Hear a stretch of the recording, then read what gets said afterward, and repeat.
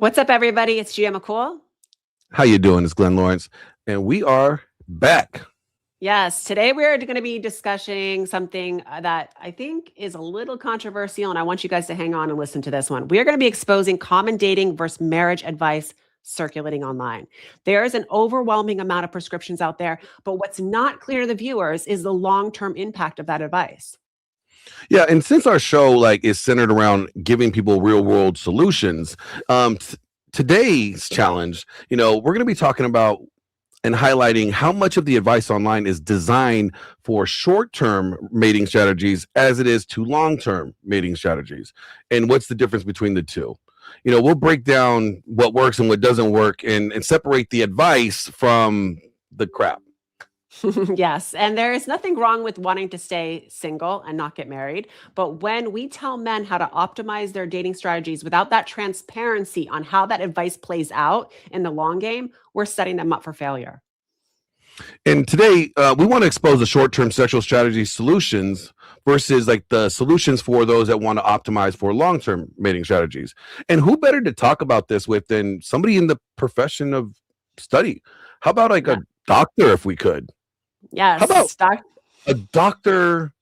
Orion Taraban. Yes. Yeah, let's do this. So you ready? Let's go.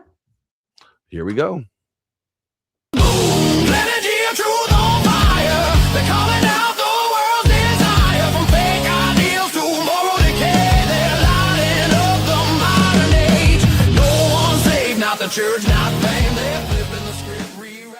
Dr. Orion Taraban, a renowned expert in clinical psychology specializing in men's mental health, relationships, and personal growth. He is best known publicly as the host of Psych Hacks, a popular YouTube channel and podcast with millions of views, offering insight on male and female nature to best utilize dating in today's society. He's also the author of a book, The Value of Others, Understanding the Economic Model of Relationships to Get and Keep More of What You Want in the Sexual Marketplace, which applies an economic lens in relationship dynamics. Welcome, Dr. Taraban. Welcome, Dr. Taraban. It's a pleasure having you here. Today. What an intro. Very cool editing there. Thank you, Glenn. Thank you, Gia. I'm happy to be here. Yes. So well, thank you for joining us. We are going to be diving straight into these questions because I know your time is limited and we appreciate you being here. So there is, online, right? You hear things, you hear these sound bites, right? And you'll hear people always go, the data shows, right? You get that a lot, to prove things like, for instance, 80% of divorces are an issue by women, or you'll hear things like 80% of women sleep with 20% of Chad, right? I know that's something we've all heard. What mistakes do you think people usually make when they say these kind of things? Are they factual or are we leaving out a lot? Well, they do seem to be factual on the population level. These are statistics that can be corroborated using publicly available data, especially about divorce statistics and women's behavior on dating apps. When it comes to actually sleeping with women, that generally requires self-report surveys, which are less reliable, but we can use women's swiping and matching and texting behavior on apps as a proxy for who they are attracted to and who they're willing to engage with. The issue is that works on the population level, and no one dates a statistic. The person that you actually go out with is going to be an individual. That individual might conform to statistical expectations, or that individual might not. But ultimately, these statistics should provide men with some measure of caution when entering into marriage, the sexual marketplace. Unfortunately, some of them use it to rationalize their own inertia or avoidance in the same. They weren't going out dating anyway, or they had a few bad experiences, and they can now use these statistics to rationalize not trying again in the future, or their own hopelessness about finding a satisfying and loving relationship. So it's there are ways to disqualify the woman or something before even getting rejected in a way. It's a cope. It's the same thing with guys do it all the time at bars when they see the really hot woman and they chicken out about approaching her and they're like, she's probably a bitch anyway. It's like, really? You don't necessarily know that, right? So I think it does often rationalize inertia and hopelessness. That makes You sense. know, It's just a reminder that we can't jump to conclusions based on like patterns without proving it in a direct cause and effect, basically. That said, it's really important for men to understand some of these statistics. They don't go into the dating market with rose-colored glasses, thinking they're going to encounter Right. their grandparents' generation. And like times have changed, and times have changed significantly over the last 5 years. Very Like much. 10 years you think ago, times have changed like that much though, because I mean, even like King Solomon was writing about when he was searching for look, and we could not find one man among 1,000 to be righteous, but he could not find one woman to be righteous. I mean, it looks like the problem was there too, you know. and he also had 300 wives and 500 concubines. I So, think it was 700 wives, 300 concubines. But he had more wives and concubines. Okay, he was a very generous man. So in some cases, the more things change, the more things stay the same. What we're dealing with, and this isn't the first time this has happened, it's happened at other points in human history. Like Japan had it in the 19th century. They called it the floating world, where there was a deterioration in traditional values and a resurgence in sexual liberality. So it happens from culture to culture, from time to time, and we're in a destabilized Wild West kind of a situation. And when sexual marketplaces and traditions fall apart, what we tend to see is a trend towards polygamy. In the unregulated sexual marketplace, when women are kind of allowed, left to their own devices, they're not being partnered off or sold off by their fathers and grandfathers, etc. When they make their own choices, they hold out for those top percentile men. Yeah. Or generally they're happy being single, especially if they can make and keep their own assets and money. So no one is forcing or telling women to do this. In fact, there's a lot of voices counseling them to the opposite. But what we see in a dysregulated sexual marketplace is that more and more women will only settle for a smaller and smaller percentage of men, which of course increases those men's sexual opportunity, which reduces the likelihood they're going to commit to any one of those women. And it decreases the likelihood that those women will ever end up with any of those guys, because their intersexual competition, the other women who are gunning for the same dude, is very fierce. Yeah. Now, when we see like two things that are linked, like, you know, people will say like body count and divorced, you know, or like, you know, the correlation, high body count, more divorce. And they'll say like things like, well, women under 3 partners show a 60% chance of being in a successful marriage, whatever that is, or however they're using to measure successful. And then like women with 3 or more, their odds drop down to 30%. Correlation is not causation in these things, right? Or is it causation and correlation the same? No, correlation is not causation. And sometimes even the values being correlated are proxies for something else. Like, for example, I studied this in grad school when I studied statistics and assessment. For example, you can see through pure the IQ data that there are clear discrepancies with respect to race and IQ outcomes.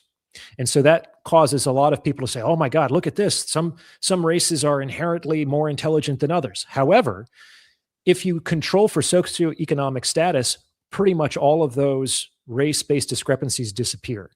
And often race in that field is being used as a proxy for socioeconomic status. Do you understand? So when it comes to this, we're talking about body count and divorce rates, but body count is just a number. And I think it's being used as a proxy for other things. And I do think that it's a good idea for men to move beyond a monomaniacal focus on the number, because what we're getting at is the body count is a proxy for like purity and innocence and the ability to bond. Now, and it didn't, like, a body count does not determine whether the woman would be good to you or treat you right as a good spouse or a wife would, right? It just means that they didn't have as much sex. Like, it doesn't necessarily correlate they're going to be a good spouse. Yes, and I've dated some women with very low body counts, and they were insufferable because they were like a little princess, and they expected the world, and they didn't really understand how to provide value to a man, et cetera, et cetera. So the proxy for body count is generally purity, innocence, and the ability to pair bond.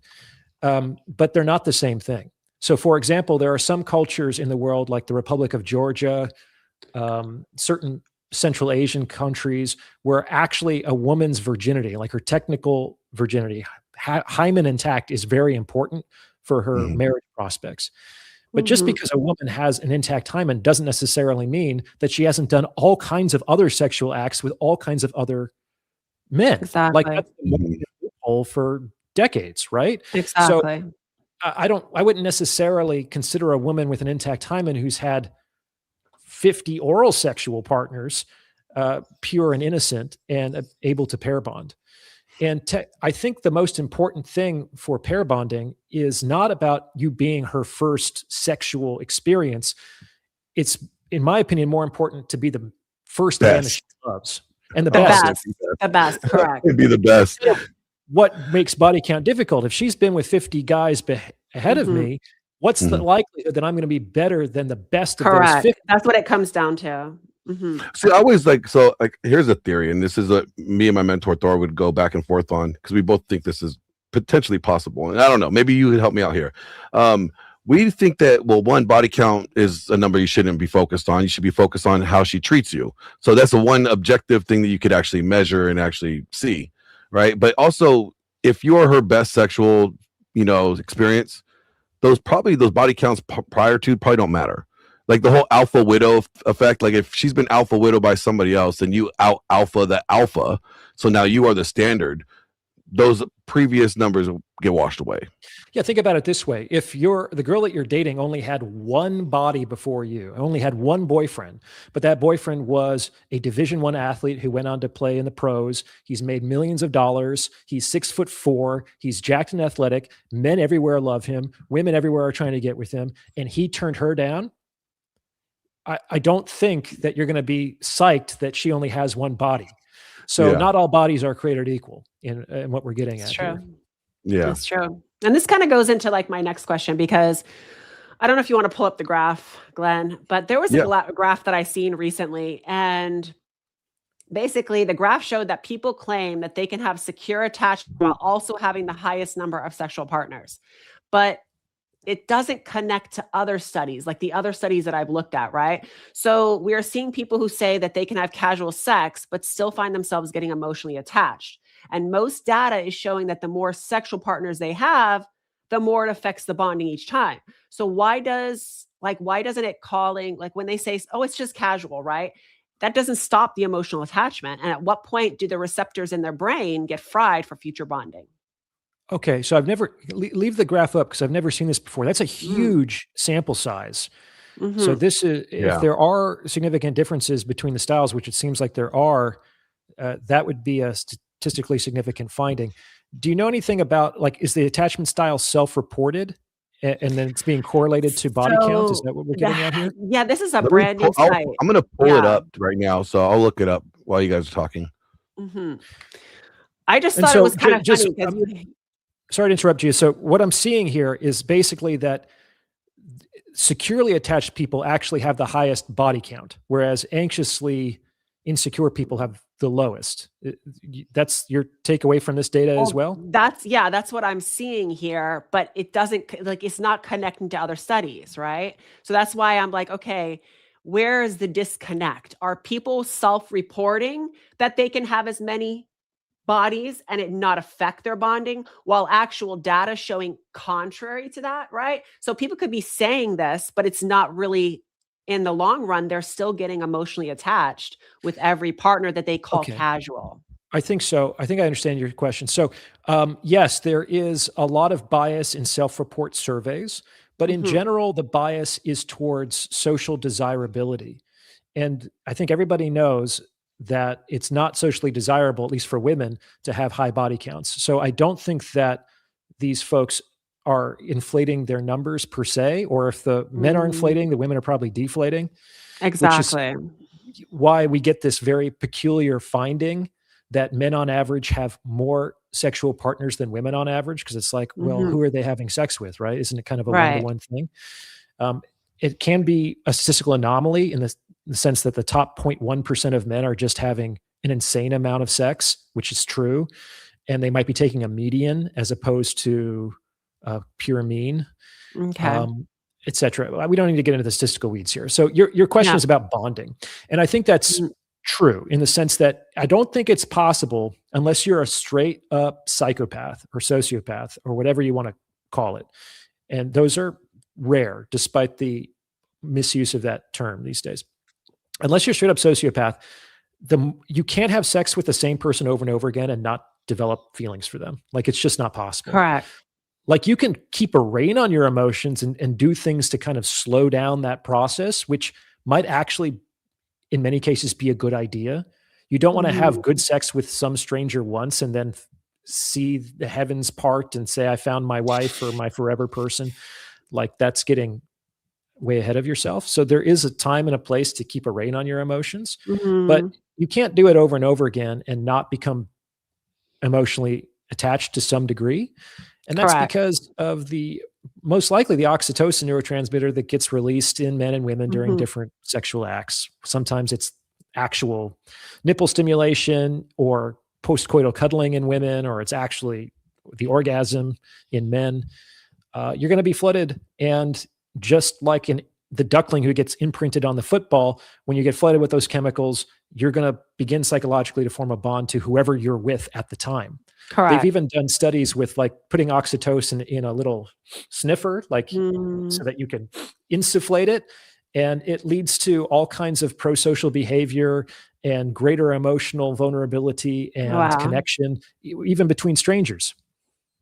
Because I know that, like, according to the website, all the data is based off self-reporting, and they're actually extracting it from multiple different like sites and like TikTok, X, and these are all people doing polls, and they self-reporting. Compiled all these different polls over the course of, like, it says like 2 years for some of these studies, and this is what the findings that they have come up with. Another way to kind of make sense of this, because again, that's a huge sample size, nearly 1 million people, but it is kind of potentially specious where they're getting the data from, but there's still far more secure people than otherwise. Secure people tend to mate and date other secure people. So there's more secure people to have sex with. So if you're secure, it might make sense that you're having more sex than, say, an anxious, insecure person who might find it difficult to go out there or to trust other people or even go on dates. Anxious folks generally don't mate and date with other anxious. They generally mate and date with other avoidance. But most secure people find it very difficult to be in a relationship with either avoidance or anxious. And disorganized, forget about it. They're totally like a wild card. So even though they look the same, there's like 60% of people are in the secure category right there. So the categories aren't really, it's a huge sample size, but each individual attachment category is much, much smaller. So that could also be skewing the numbers. Yeah, I wanted to bring it up just because I think that the disconnect is really that. There's a lot of people self-reporting things, but they're coping as well. And they're not necessarily honest in these surveys. So I think that that's where you'll get, you hear things online, right? Don't catch feelings, catch flights, or play with fire, get burned, or the heart wants what the heart wants, right? You hear all these little sayings, and it kind of leads you to believe that people are going to do things and say it's casual, but in the long run, they're getting emotionally attached. Well, yes, over time. Like, if you keep sleeping with other new partners, you probably won't get attached to any one of them. But yeah, you can't keep things casual and sleep with the same person month after month, year after year, and not develop and not have a bond for them. I mean, and why would you want that? Like, if you're seeing somebody for that much time and that frequently, why wouldn't you want to start to care about them? It doesn't necessarily. You should probably be concerned when you don't, right? So then that's why my next question was: does the receptors in the brain over time fry their bonding? Like, the more they do this, and the more people they go through over time, naturally, if they keep on suppressing and saying it's just casual, isn't that going to affect them long term? I mean, that's sort of the argument, and you can see that with correlations between body count and divorce that Glenn was mentioning earlier. Look, attachment is peaking in the popular consciousness. It's probably peaked already, and we're on the decline. And it's really, attachment science has a very robust empirical base, but it's been overgeneralized in the popular imagination. Attachment is not the only thing that's important in relationships. In fact, we can make the argument that detachment is just as important as attachment. Like, for example, from a Stoic perspective, nothing that you have is yours. Everything that you have, whether it's your wife, your children, your property, your health, everything will be taken from you. At the end of your life. On the one hand, have that kind of ease and generosity of spirit to be able to surrender things when it's appropriate to do so, while still showing up and being committed to your life and your responsibilities, that could be a masculine ideal. It's not to become like emotionally attached to things that it will certainly, I mean, from a Buddhist perspective, what causes suffering? Fucking attachment, in one word. So it's like attachment is not the solution to all of the relationship problems. That's why the best movie quote was from Heat, where he says, "Don't you ever get yourself into anything you can't walk out in 30 seconds or less when the heat is around the corner." And that's definitely a man's movie. I've never heard a woman say my favorite movie is Heat. So if you think that masculinity is really also understanding the balance between detachment and attachment, what do you think how do you think that affects women now? Is that change when it comes to women? Are they more, if they get used to detachment, right? Does that affect them more than men? Is there a difference there? Yeah, because I think women ultimately are more loyal to their feelings. So if their feelings change, it's hard to keep them around. I think the detachment argument works more for men because men have a greater conceptualization of duty and honor. Those are masculine concepts. You don't hear women talking about that with other women. And men will do the right thing even when they don't feel like it. Women will do that too, but not as long. And it's like it's normally women are told, do what's right by you, girl. Men are told, do the right thing. Exactly. And that's causing a lot of men to rage quit current relationships. That is completely asymmetrical. You can't expect me to be the old school provider protector while you get to run roughshod over this relationship and act single the entire time.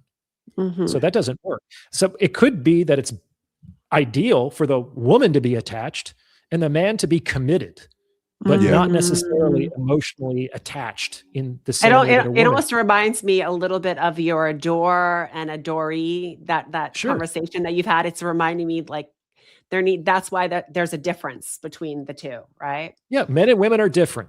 Can you believe that that's sort of like a cancelable idea in today's day and age? Men and women are different. They need and want different things.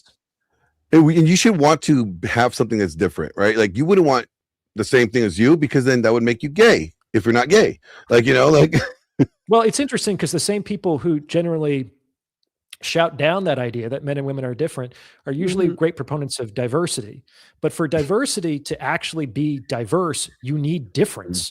Like there's if men and women are the same, why are we still counting statistics about the number of men in business versus the number of women? We don't do that for the number of right-handed people versus left-handed people. We don't do that with arbitrarily defined categories. We do that from truly diverse and different categories, or else what's the point? Right. So you can't have it both ways. But of course, we know that a lot of this is selective because it's in the service of, let's say, a certain agenda. Exactly. Yeah, I like that. Because I was going to have a question about that. But you mentioned before that short-term relationships, they could be very passionate. They could be fiery. It could be all the good stuff. You get all the limerence in the relationship you want, but then they burn out real quick. And you mentioned that if a relationship doesn't have a direction, like this is not just like, we're not just having fun. We're not just like playing around. No, we're going somewhere with this. The relationship's going to flounder and generally gets, even if it's pleasurable overall. What do you mean by that? Like, so do you think that going into relationships with like marriage minded or like long-term like focus is like the missing piece when it comes to these like short-term relationships? No, I don't. I think that this is a misunderstanding as well, because sometimes there is a theme online about intentional dating, which is generally something that women come to in their 30s after doing other things in their 20s. And they think, I want to get a man, I want to start a family, I want to settle down, and it hasn't worked in the past. So I'm going to date intentionally, not just for having fun. I'm going to date intentionally to get married. And so they show up and it's a fucking job interview. And it's like, hey, I'm on this timeline, which has nothing to do with me. Like the fact that you spent your 20s the way that you spent it has nothing to do with me. I'm just the dude who sat down at the table 5 minutes ago. But it's like, I have this time and, are we compatible? What's your attachment style? What do you make? What do you do? It's like, I want this. And the women who date intentionally in this way are offering a really shitty deal to the man that they're sitting across the table from. They're like, this is what I want. You can't sell anything by pitching what you want. You only get to sell if you can demonstrate to the consumer, to the customer, that they get what they want or what they need. But the women who date this way, it's like, I'm tired of messing around. I don't want to waste any time. Are you in or are you out? Which is basically like a one-sided business proposal. And a lot of guys are like, hey, not my circus, not my monkeys. And they back out. So in my opinion, there isn't two pathways in today's day and age, especially where sex precedes commitment, even for folks who end up getting married. There's not the short-term path and the long-term path. It's one path, and it's long-term because it lasts. It's just because it doesn't end. The things that kind of get you to like somebody and to want to organically spend more time with them and to integrate them into your life and to go on trips and introduce them to your friends is because you like them. And that should be the goal of everybody who wants a long-term relationship and to get married. It's like, get the other person to like you, which means don't be difficult, don't be demanding, have fun, have a lot of sex. Like, this is what causes people to bond together. It's not, I have a business proposal for you. I've often said with businesses, especially if you're starting a business, a lot of brands, and I'll show you where this is the analogy, but a lot of brands will do, hey, this is what I have. This is what I've done, right? They always come out and do these pitches. And I'm always like, no, don't talk about you. It's the person watching you that needs to feel like the hero. It's that person that you should be appealing to. And I think this is an analogy for women as well in the dating sphere. Like, you shouldn't be talking about what you do and all the things you've done. It should be about making that person feel like the hero. How do you do that? Sure, you have to see and I it think from there's that disconnect. Customer's perspective. The cat decides what milk is good. The cat decides what milk is good. So when you say that, there has to be a direction, can you explain what you meant by that? Oh, so if we're actually talking about a long-term relationship, you can think about marriage or long-term partnership like an LLC. It's basically like we are coming together to accomplish a mission that neither one of us can accomplish on our own. We're joining forces. I recognize that I need you, and I need your skill set and your expertise and your labor and your goodwill to accomplish this goal that we both want. Because if I could do it without you, I would. Because you're another person, you're expensive. I'm going to have to compromise. I'm going to have to sacrifice. I'm going to have to take your concerns into consideration. And that I'd rather not do that. So I'm only going to enter into this kind of partnership, just like with a company, because I recognize that I suck at marketing, or I don't know how to code, or I need somebody to do customer service. And so now you're providing a valuable complementary skill so that we can both work together towards a superordinate goal. That's the only real reason to have a long-term relationship, especially to get the law involved. Just be two adults who enjoy spending time with each other. If you just want to, go on trips and explore the world, which is also a mission on some level. But in general, the main mission for men and women in long-term relationships is to have children and start a family. And I'm not a big fan of marriage, but I do think that's it's definitely the best reason to get married is to start a family. Okay.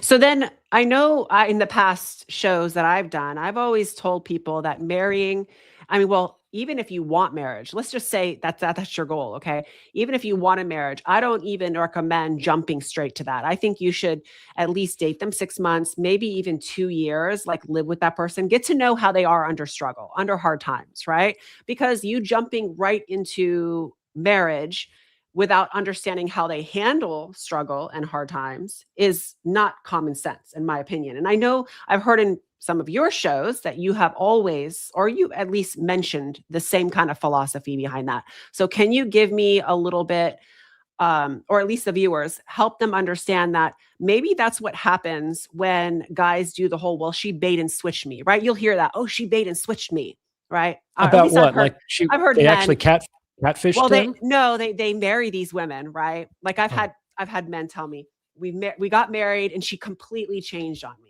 Okay. Or she bait and switched me. And I say to them, well, wait a second. Did you have unrealistic expectations from the get-go? Because I think people have a tendency to have these ideals.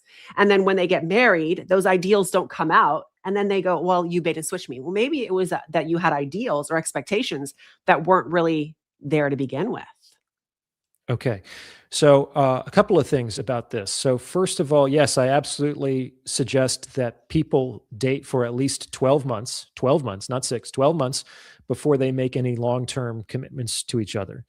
And this is because in the first several months, you have the honeymoon period. Limerence is high, sex is hot and passionate and frequent.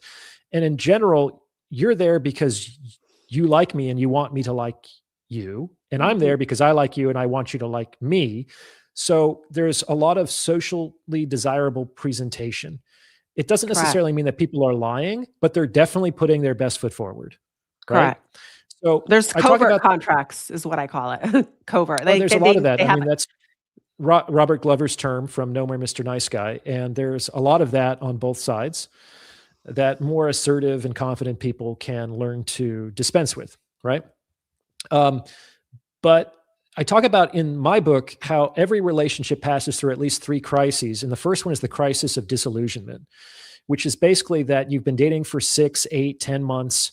Everything seems to be going well, but then either some big thing happens or there's just some accumulation of small inconsistencies. And it's almost like the idea of this person, the fantasy of this person shatters, and you're seeing the person for how he or she really is. They fart, they lie, they're selfish, they're lazy. And this is when it's not her real eyelashes. This is where the same quality just suddenly becomes negative. In the beginning, it was so awesome. And she was bragging to her friends about how ambitious and hardworking he was. Now, after the crisis of disillusionment, he only cares about money. He never takes me out anymore. It's like, it's the same behavior. He hasn't changed. You've changed. Correct. And so it's important to pass through the crisis of disillusionment before you make a permanent or long-term commitment to somebody, because this is actually when the relationship starts, because before then you were engaging with your projected fantasy. Now you're actually seeing the real person. And so now I say that they send their best representative. It's like, this is my public, spokesperson, like this version of me. And then after a while, then you get the real version of them, right? It's like a job interview. Everyone shows up and like, yeah, I really want to participate and help the company meet its mission. And then 3 years into the relationship, like, fuck this place, man. They don't appreciate me here. Like, people don't appreciate the things that they have. The game does not run on gratitude, right? You're right. So once you actually see the person, warts and all, you have the opportunity now to make a reality-based assessment. Does this person actually have the traits and attributes and skills and willingness to take me where we both want to go, or not? And if they don't, it might be a good idea to jump ship, because you're probably not that committed at that point.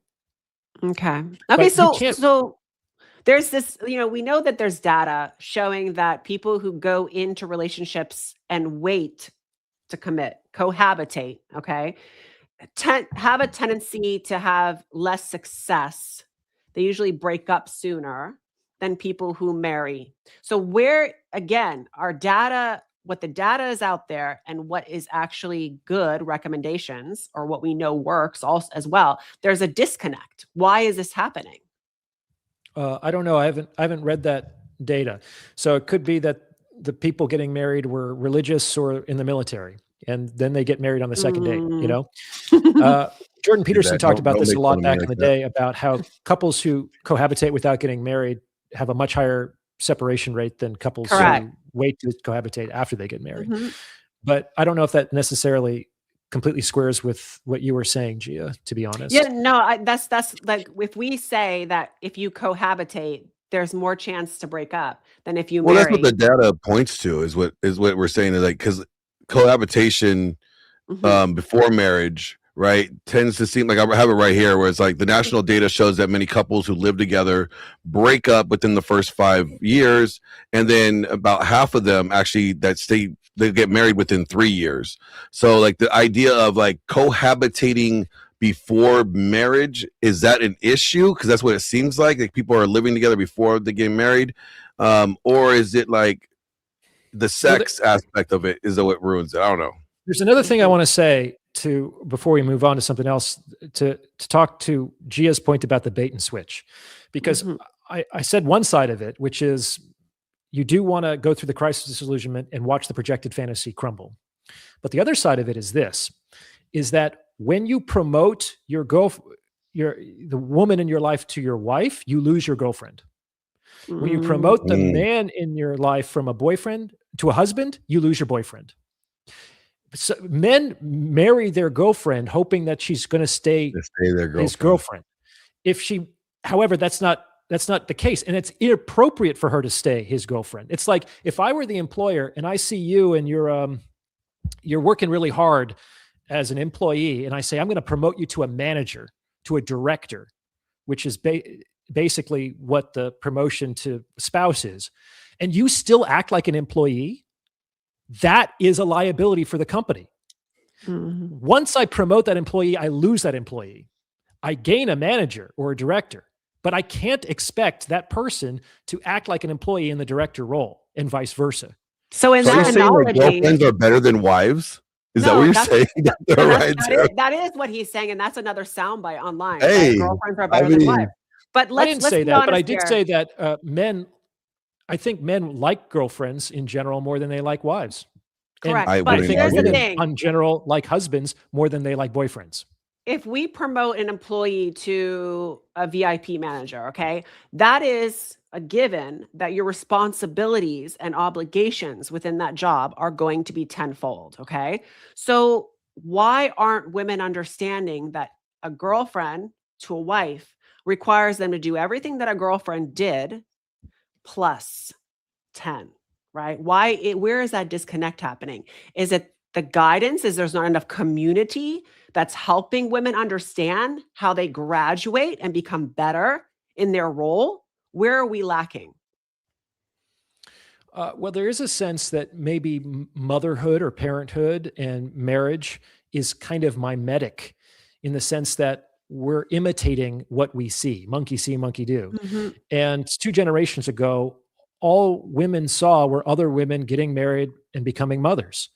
Now that's increasingly uncommon, right? You go to any kind of senior yearbook in the 1950s, and half the women are proudly saying that their goal in life is to become a housewife and a mother. Mm-hmm. Now that in major urban centers in the West, that's seen as a betrayal of the feminist cause. Correct. And it's not something that you should ever do. Never make yourself dependent on a man. Make your own money, make your own decisions. And if it happens, it happens. So it could be that people just don't know what to do. They don't know what parenthood looks like. I think it comes down to incentive. So I think women who choose to go that route are being punished by society through peer pressure, socially, and so many different levels, appearance. I did this whole video on it, but I think they're being punished for that behavior, and they're being incentivized and rewarded to go the career route, to go the glam and the travel and the everything, minus being a mother and a wife. Yeah, I wouldn't argue with that.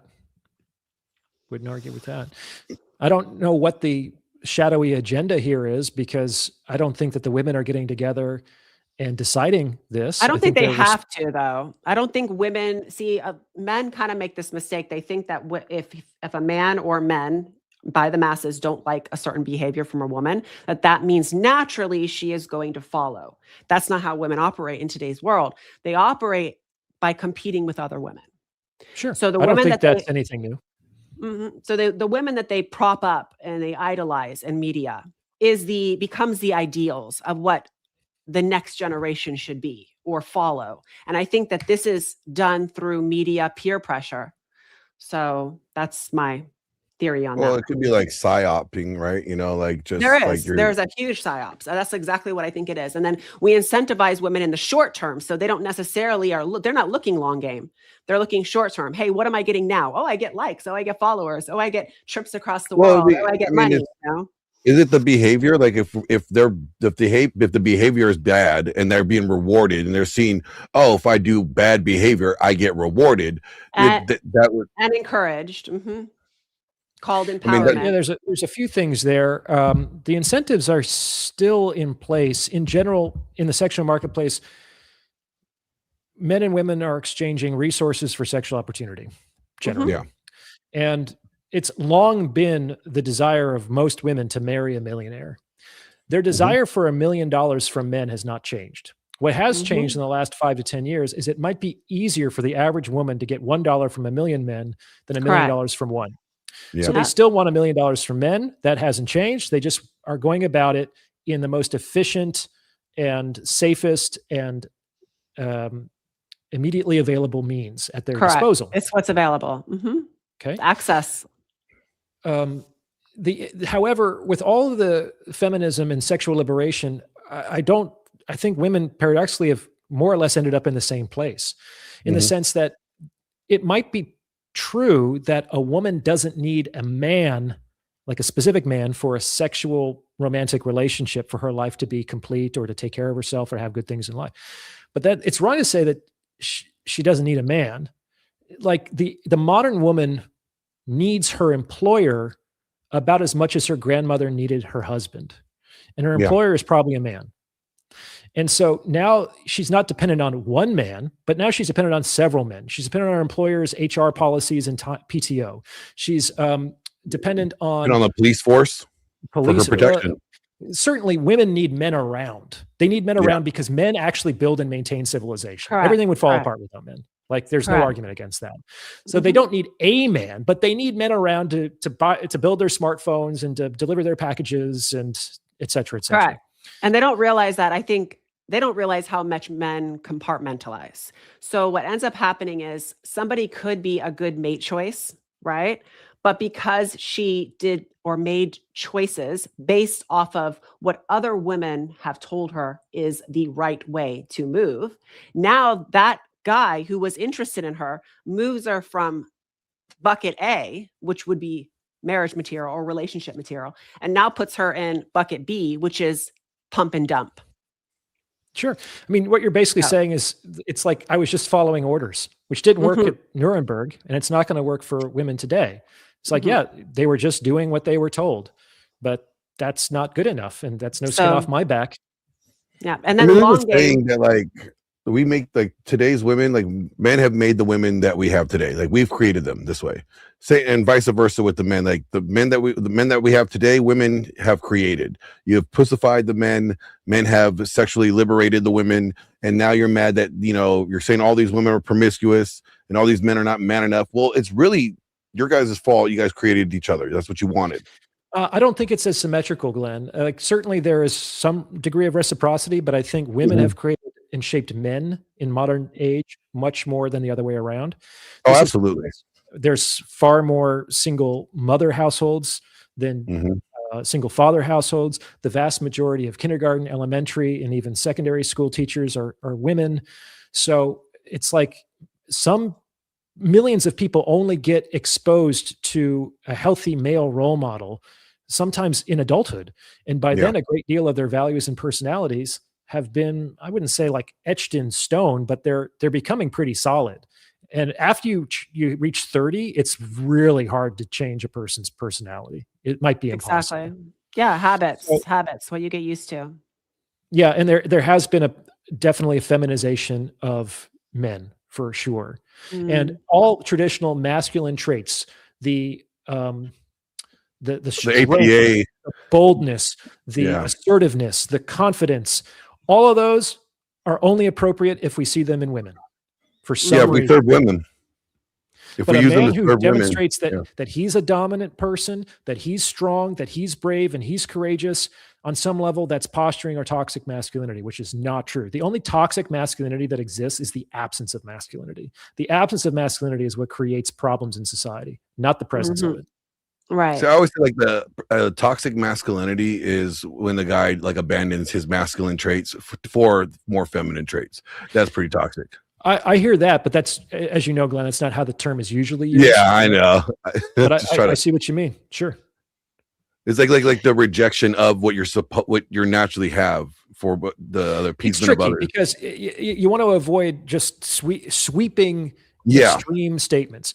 My stance on it is that men and women both contain masculine and feminine traits, attributes, energies, whatever fucking words you want to use. But in general, the average man will be more masculine than the average woman. And the most masculine people are all men. So in general, it's a good idea on the population level for people to lean in to their traditional gender expression. Like women are better at femininity than men are. Men are better at masculinity than women are. Why don't we all play to our strengths and then swap for complementary skill sets. Like that's the basis of all successful business ventures. Correct. Yeah. Know your role. Know your role. So, okay. So I want to get into this next one because I've heard you say this in a couple of videos. You said stop short or go long. Is that how you say it? Stop short or go long? Oh yeah. I made an episode called that. Right. So I want to hear a little bit about this. Like, what do you think's happening between the people who are like, because I know I've said it, right? I've said, I'm glad I'm not in the dating sphere today. Like, I'm glad I've been married, right? Like, can you explain that? Sure. So the concept here is that if you're looking for a long-term relationship, there are two viable strategies in today's day and age. You can stop short or you can go long.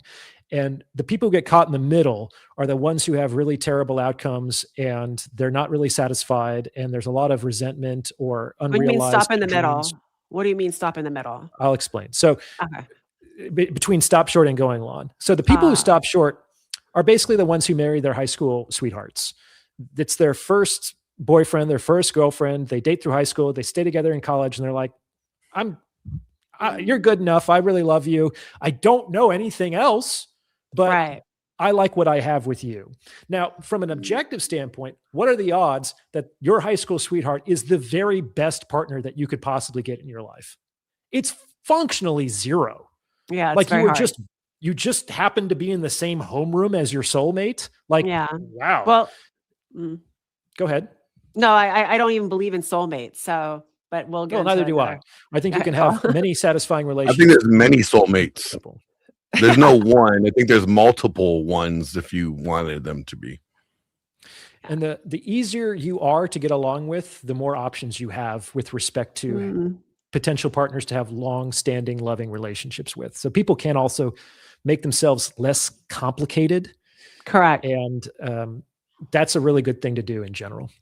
Yeah. So those people, they're best served to like, they get out of they never get on the apps. They never get in the dating market. They just get married. They buy a house with a white picket fence and settle down and raise some babies. And they don't get Instagram and they don't get social media and they just focus on their little life. And hopefully that's great for them. The issue is that a lot of people don't do that, right? And they have a sweetheart in high school or college, but it doesn't work out for various reasons. And then they date this person and that person. That's like getting out of your little hometown and discovering that there's a whole fucking world out there. And there's all these different cultures and all these different places. And it's exciting, the expansiveness, especially in your 20s. But then it's like, you'll never see them all.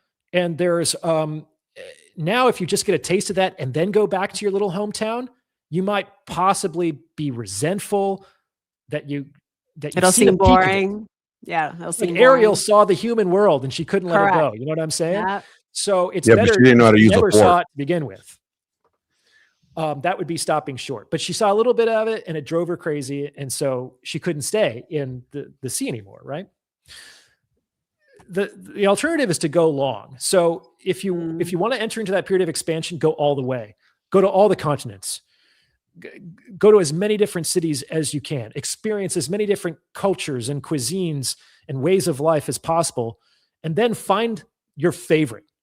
So the example I gave is you travel around the world and you come to a town and you're like, I really like it here. I've never seen a place like this. It's better than the other 200 places I've been. That's your place. Because the likelihood, is there objectively a better place out there? Probably still. There's a lot of places in the world. But if this is better than the last 200 places you traveled to, the likelihood that you're going to find a better place in an appreciable timeline is very low. So now you've found something that really, really works for you. And you know, more or less, you've done an exhaustive sampling of the market. So like, you don't have this, am I missing out? Did I not explore enough? No, you did a lot of exploring actually. And this is the best you found. So it's probably going to be closer to your soulmate than your high school sweetheart might be, right?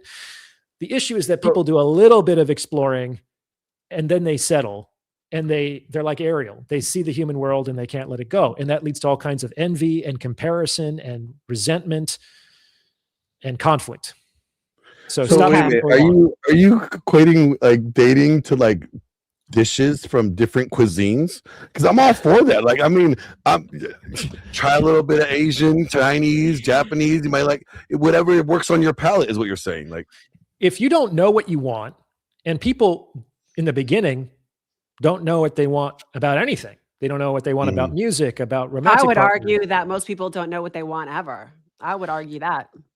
I think a lot of people, we're constantly in the process of becoming who we are. And a lot of people, let's say, if I'm going to be generous, are still identifying with things that they want from a previous version of themselves. And they haven't done the time and the energy to update their browsers, as it were. But it is hard to know what you want. We act like that's a very simple and straightforward thing to understand. It's not.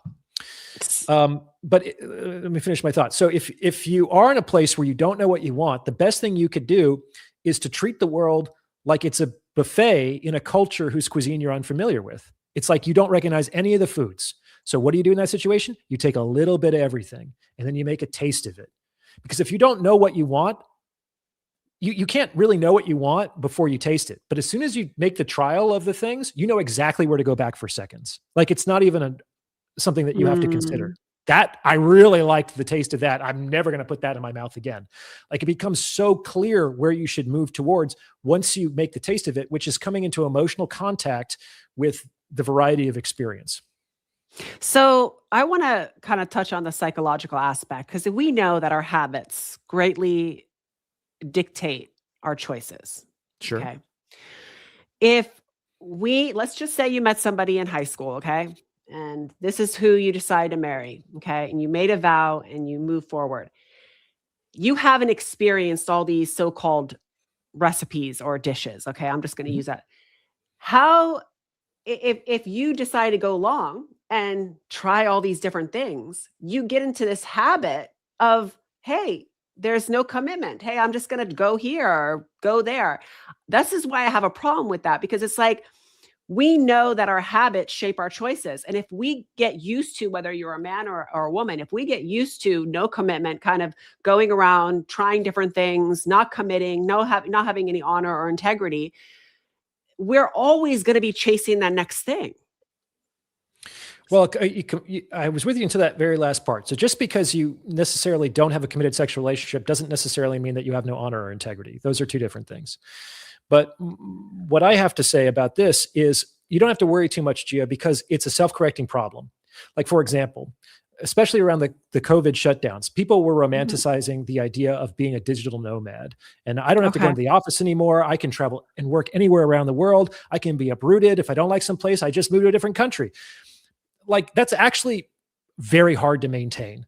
And after a little bit of that, most people will settle down somewhere, at least provisionally, where they have a couple of bases of operations that they jump between. Like pure freedom is not something that any human being is equipped to tolerate for very long. So you need the you don't have boundaries to worry and the about structure. that. People will eventually collapse down into some sort of stability or commitment, or they'll be destroyed.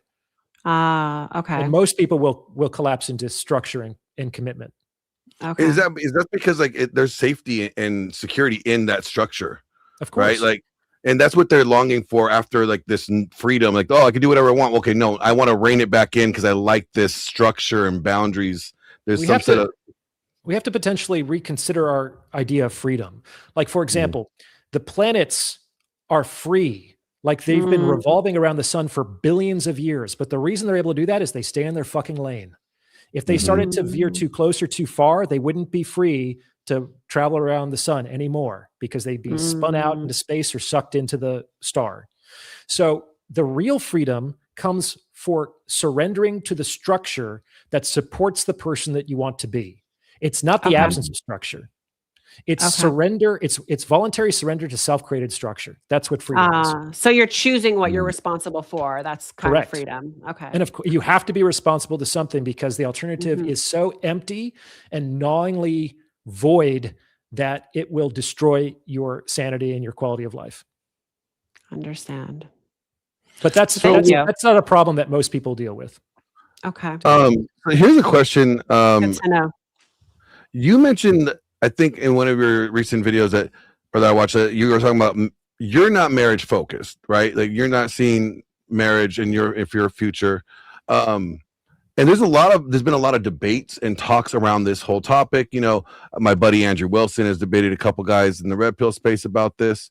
And he comes at from with an Orthodox Christian worldview or a Christian worldview. So he's coming at it as it's a sacrament, right? It's a religious thing. Some people look at it as like, well, it's not that big of a deal. Where's the divide here? Because you got this debate going on now. Like, should we look at marriage as something important? Oh, marriage is not that important. Is it the involvement of the state that actually devalues it and makes it less valuable? Not necessarily. I understand that perspective. It's important to also append to that marriage became a sacrament in the Catholic Church in the 13th century, like one of the 7 sacraments. Sometimes I get pushback when I say that, but you can look it up. It's the truth. No, it's true. And they say that no, it was a sacrament because of what God said about Adam and Eve, but they didn't have a ceremony. There was no state. So we have to understand that on one hand, there is the spiritual sacrament of marriage, which is a commitment to accompany another person through this life, which can be sacred and can be valuable and can be precious. And then there's the legal and political institution of marriage. And those two things have the same word, the same name, but they're two totally fucking different things. Mm-hmm. And it's certainly possible to have the spiritual commitment without the legal bond. And it's certainly possible to have the legal bond without the spiritual commitment. We see that every day because most marriages end in divorce, which shouldn't be possible under the sacred oath of accompaniment through this valley of tears, right? Mm-hmm. So I'm against, personally, for myself, the legal and political institution of marriage because I just don't see how I benefit. And it's like all risk and no reward from my standpoint. So but that doesn't stop me from committing to people. That doesn't necessarily stop me from having loving, healthy, satisfying relationships, but I just don't get the state involved. So that's exactly what I was looking at. Yeah, like you're not involving, you're not opposed to the commitment. You're just opposed to the state having the way to have their hand in your marriage if it ends. Yeah, but there's also something to the fact that, and this is going to feel weird to some people, but I think that it's a good idea to not give people too much security. I know, I agree with that. The biggest abuses in history have come at the hands of people who, for whatever reason, could not be removed from their power. These are like kings, popes, autocrats, and dictators of all sorts. Like you can have a dictator of a country, but you could also have a dictator of a household. Mm-hmm. Like there's petty dictatorships. There's millions of those all over the world. And I do think that the fact that neither one has that absolute total security motivates each person to show up for the relationship every day so that they can still be chosen. Like, I don't want to be with you just because I chose you in the past. I want to be with you today because I'm choosing you today. And that means that you have to continue to show up for me as the best version of yourself today. And you're much more motivated to do that if you know that you don't have a guarantee tomorrow. And there's potentially a bunch of people who would love to be in your position. And you're removing that safety net, like you're removing that safety net that marriage for the state provides. Like, oh, well, if he does leave me, I get X, Y, and Z. Well, no, now you both are required to have the same faith to work on this relationship when there's no safety net as you would with the state marriage where they give you a safety net or give a specific party a safety net. Yeah. And I can understand wanting a safety net. It's just that I would be the one providing it. Like I could see myself getting married. I could marry a beautiful billionaire heiress. Me too. Like I would marry I would marry a woman for the same reason a woman would want to marry me. Mm-hmm. It would improve my quality of life significantly.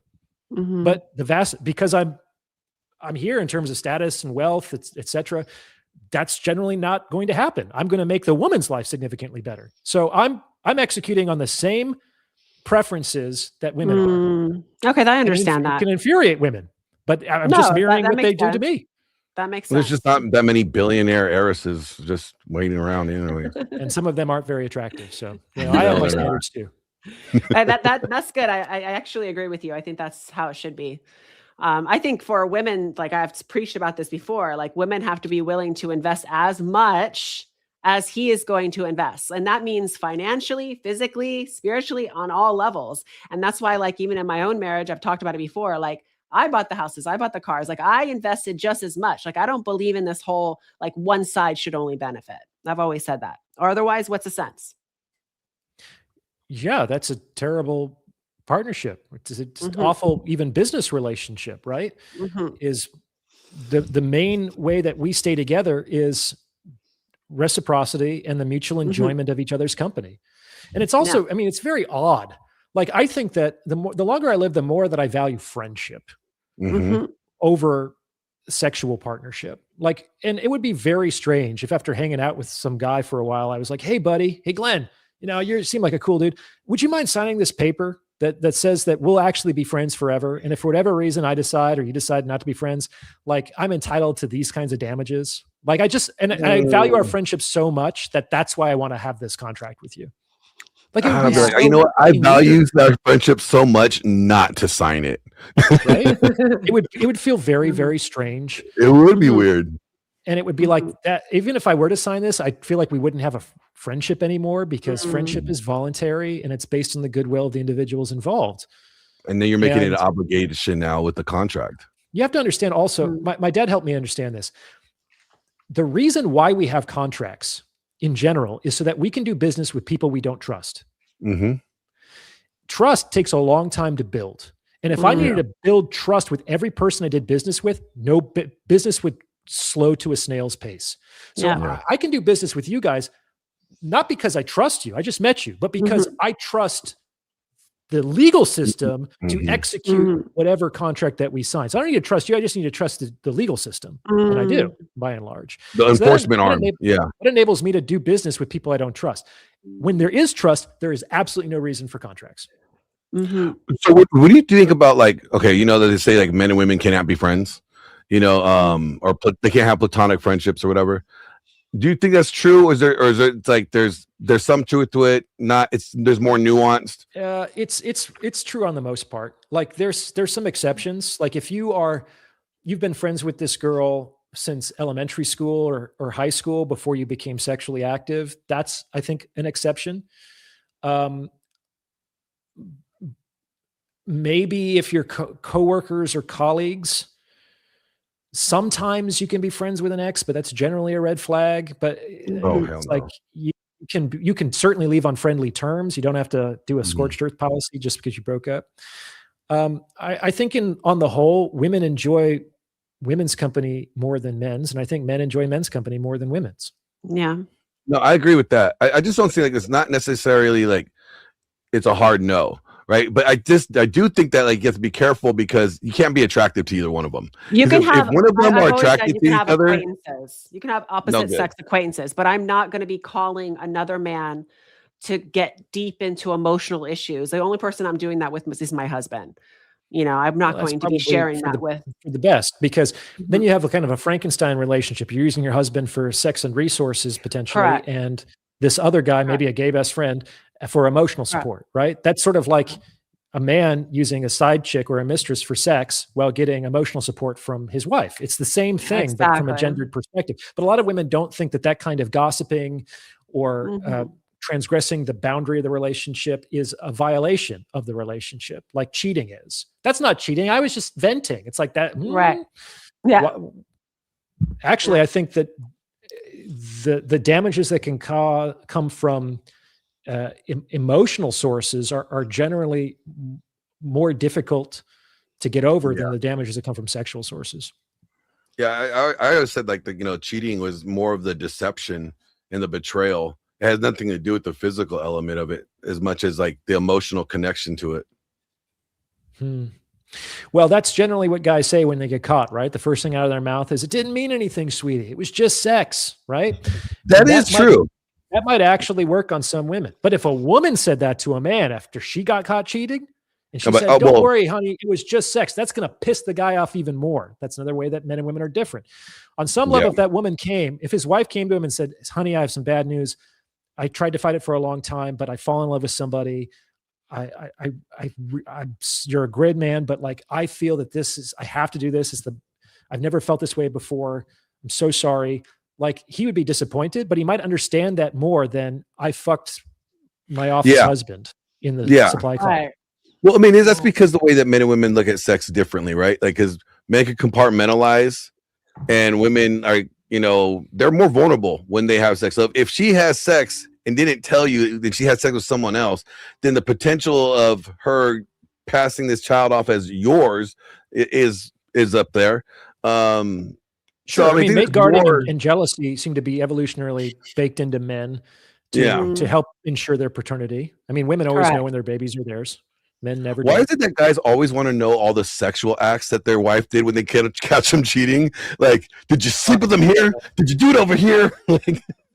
Well, it's not a good idea. It's not a good idea to go digging into a woman's sexual past, because you're never going to find anything that's going to reassure you there, my dude. Like, no, I just find it funny. Like when guys find out their girl's cheating, they want to know the acts or the locations of the things. Women want to know, well, did you love her? They want to know the emotional part of it. Sometimes women want to know the details too. And if you go to couples therapy when they're working through infidelity, some couples do that and they tell the story. But the issue is that there's always going to be details that need to be left out. There's always going to be uncertainty. Some people believe that they'll get closure if they understand what happened. That's not true. Closure for anything never comes from outside. It comes from inside. Closure doesn't happen when we have enough information. There's some people who get tons of information and they still obsess over it. They still ruminate over it. Closure comes when you decide to stop looking, when you make the decision to let it go and move on with your life. And that can come with all the information in the world or zero information in the world. That is a self-informed decision. It's like when you come to the terms where like it doesn't matter what other information you have, that it's done is done, and you gotta let it go. Well, I mean, on some level, yeah, you don't necessarily have to get angry and jealous, but you might have to make a decision about the future of your relationship, and it's probably best if you make that decision not out of anger or jealousy, but based on sort of like the reality of the situation. You don't have to be angry to leave. And you don't have to stay when someone betrays your trust. I mean, like, just move on. But you don't have to make a whole victim identity out of it either. And you don't necessarily have your heart shattered into a million pieces in 10 years of therapy, and you can never trust the opposite sex again. I mean, that's insane. That's when it's interesting to say that, because that's what I kind of see it like really in these like in Twitter spaces or a lot of these Twitter communities posts where you see like this war between the genders.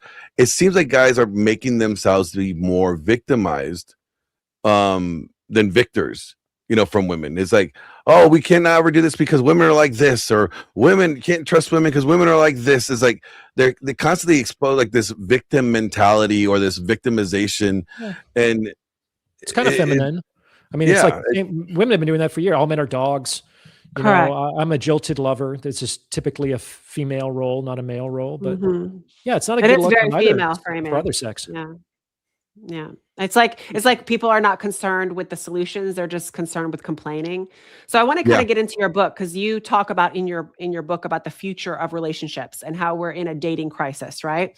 I know like what has worked previously in the past is not working anymore. And we're kind of in this period where you can choose now, right? You can decide. You can choose to opt out altogether and not date, not get married, or you can choose to play the game. And right, so you can choose now. What future would you give people listening? Because I know I hear from a lot of people. They're like, "Oh, I've given up with dating," or "I don't think there's a future for dating." What hope can we give? What solutions can you give to people in the dating sphere, right, with what's happening? The changes. Well, I think there is a lot of reason to be hopeful, in the same way that you can make money in a bull market just as much as you can make money in a bear market, but you have to adopt your strategy. So every crisis is also an opportunity. The Japanese use the same character for both of those concepts. Crisis is opportunity. And what we have in the public discourse are folks on the one side who are like, everyone just needs to embrace Jesus and traditional gender roles, and that's what's going to prevent society from falling apart. Get in line. Let's go back to the 1950s. Or they're just nihilists and they're black pills and like the world is fucked and you can't trust anybody and let's just watch the world burn. Turns out there's a great fucking huge distance between those two extremes. And just like the genie does not go back into the bottle, we're not going to be going back to the 1950s for better or for worse.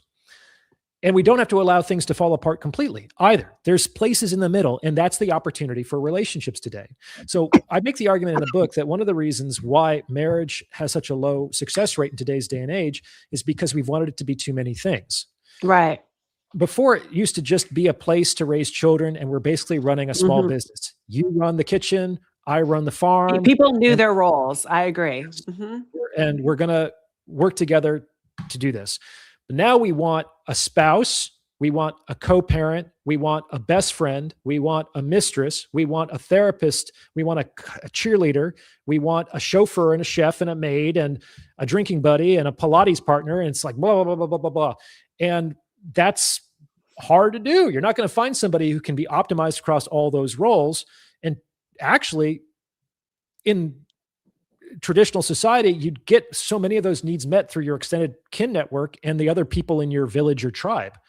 But well, I've said in the past that women can be many things. Like having multiple roles is a good thing. Okay. To be capable is a good thing. But where we go wrong, and I'm talking about women go wrong because they want their identical twin. So this is where I tell them, you're not going to get your identical twin. He's going to have things that are going to be completely opposite of you, and you have to do your own things, have your own things, right? So I think there's a lack of discernment when it comes to that kind of thing. I think men can do that as well. Some guys are looking for a dude with tits kind of a thing. But yes, I have an episode coming out about that. It's like, don't make him into your girlfriend. Right.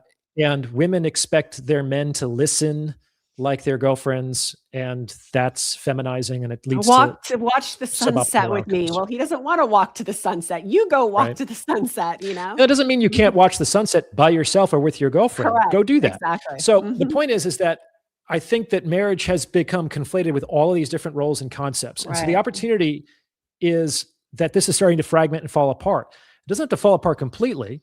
What I'm saying is that these things have started to shift a little bit so that each individual couple can come in and say, oh, I want these things and I don't want those things. Right. But in general, marriage has been this monolithic thing. You have to get married. You have to live together. You have to have a wedding. You have to have children. You have to be sexually exclusive. You have to be this, that, the other. And it's like, really? That's the only way to have healthy, loving, satisfying relationships? Exactly. It's not. It's not. And don't let the religious and trad apologists confuse you. There's more than one way to have loving, healthy, successful relationships. Agreed. That's right. You can have a polygyny, have multiple wives. When one acts up, you can pick up another one. That's biblical too. I think that's what people have done, right? They've gone with like what's been expected from their parents or their sphere, their community. Hey, this is the way, because I know in my own upbringing, in a Middle East upbringing, that's what we're raised to do. A girl is from a very young is taught, you learn to cook and clean and have babies. Like that is your role, you know? So whenever we kind of go that route and we're not doing what we actually want, it ends up coming out somehow, some way, whether it be resentment in the marriage or divorce or however, we're not actually living up to our own standards. We're trying to fulfill expectations of other people. Well, everything is a trade-off. You can't have everything in life. Everything requires a cost, even inaction, not making a decision. Absolutely. You pay a cost. So it's just like, which costs are you willing to pay? And ideally, you're trying to get more of what you want and less of what you don't, but you can't have it both ways. Can't have it all. No. You can have it all, but you can't have it all at once. That's what I always say. You certainly can't have it all at once, but you might not be able to have it all even sequentially. Let's just be honest. There's too many mountains to climb and not enough time. There will be sacrifices. Absolutely. So, Dr. Taraban, let me ask you a quick. I'm going to have to wrap up soon because I have a 4 o'clock in person. I was just about to ask you that. Before you have to go, what would you give? What's the 5 steps of advice, like the 5 best advices that you could give for guys that are trying to get in the dating market or they're not getting very much success in the dating market? What advice can you give them to focus on them, so they can get better options or get better opportunities? I don't know if I have 5 pat responses that I can just rattle off, but the problem for most men is marketing. Most men are wallpaper, and for better or for worse, it takes longer for anyone, man or woman, to determine whether a man is high value or not. The exceptions to that are the dudes who are flashing cash and for Lamborghinis and bottle service on social media, but sometimes those are false signals and they're going to credit card debt. They don't actually own the car, et cetera, et cetera. Like I just did a consultation with a guy. The guy is worth $250 million. He has a PhD from Stanford. He's one of the leading experts in his field, but just walking down the street, you would never know. You would never know, right? So it would take a while, man or woman, to kind of get to know this person and say, wow, this person's really fascinating, very high value, got a lot going on. I want to spend more time with this person. So men can do a better job of advertising. And I do think that most men are wallpaper in the sense that they are invisible and indistinguishable from other men to women. Women respond to certain male archetypes. There's a few different ones, but there's not an infinite number of them. And the more that a man can kind of appropriate and align with one of those archetypes, ideally the one that's closest to who he feels authentically, the easier he's going to pop out of the landscape and actually be visible to women. For example, a perennial archetype is the bad boy, right? Get a motorcycle jacket and some aviators. Another one could be the fun party guy, get an aloha shirt and wacky sunglasses and be the life of the party. Another one is, let's say, the sensitive artist, be a little emo, learn how to play the guitar, shit like that. So these are ways to break through the undifferentiated gaze of women, because most women don't even pay attention. At least they pay attention from a threat perspective, where the person is in the periphery, but they don't go through life. Men go through life like women go through ovulation.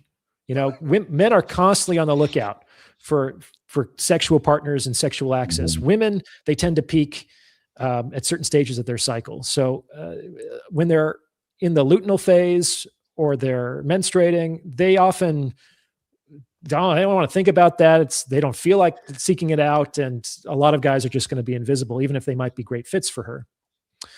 And to work on your value proposition, to understand that as a man, you're a long-term investment.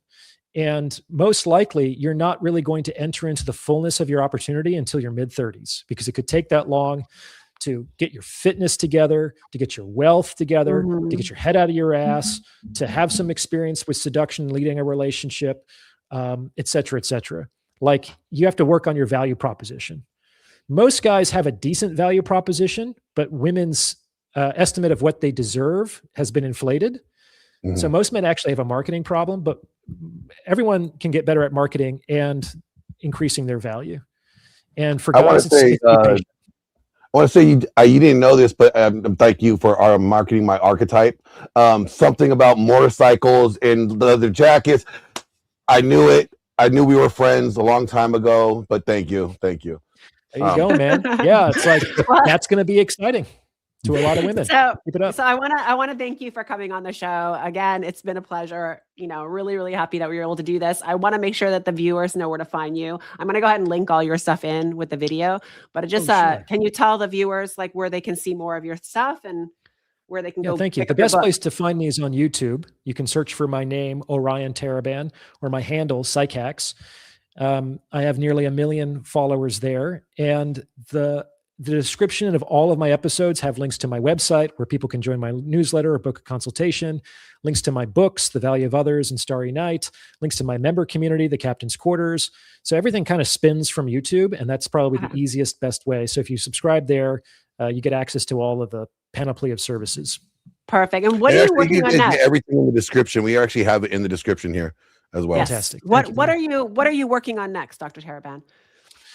Actually, what I'm working on is creating and deploying an AI agent that's been trained exclusively on all of my episodes, my books, my writings.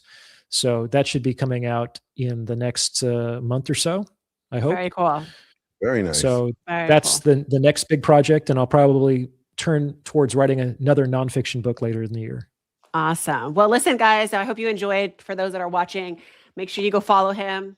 Go check out his book, and don't forget to hit like. Don't forget to give us our feedback, what you want to hear next. I know I had probably 20 other questions for you that we're not going to get into today, but I definitely want to have you back on the show, but in person. That's we'll have to do a live studio show. It'll be fun. See if we can get James to come out too. That'll be fun. So they're always more fun in person. It was a pleasure. Thanks so much for having me on, Glenn, Gia. I had a lot of fun. Yeah. Thank you, Dr. Orion. Talk to you soon. Bye. All right, everybody. Until next time. See y'all. We'll have a good one. Yes. Bye.